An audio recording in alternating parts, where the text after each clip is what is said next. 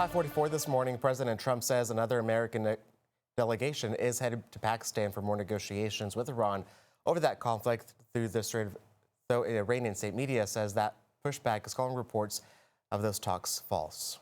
Yeah, and the news comes as the president says the U.S. military fired on and later took over an Iranian cargo vessel that he says tried to break through the Navy blockade at the Strait of Hormuz. CBS's Bradley Blackburn has the latest.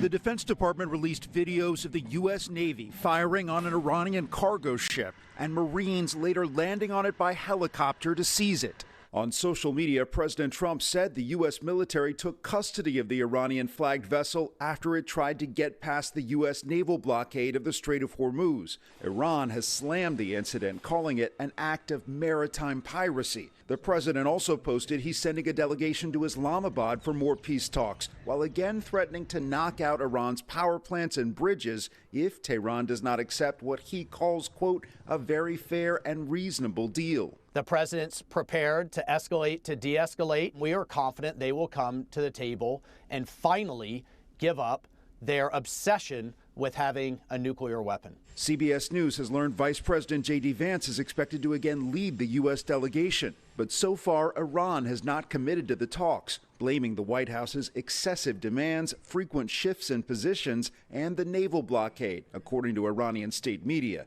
Over the weekend, Iran reversed course on the opening of the Strait of Hormuz. The country's top negotiator now says the blockade must be lifted before the key shipping route is reopened. Meanwhile, congressional Democrats are demanding the Trump administration wrap up the 7-week-long conflict soon. Troops have died, others are being injured, and Americans are paying $1 more for gas because of President Trump's war of choice. The 2-week ceasefire is set to expire this week. Bradley Blackburn, CBS News, New York.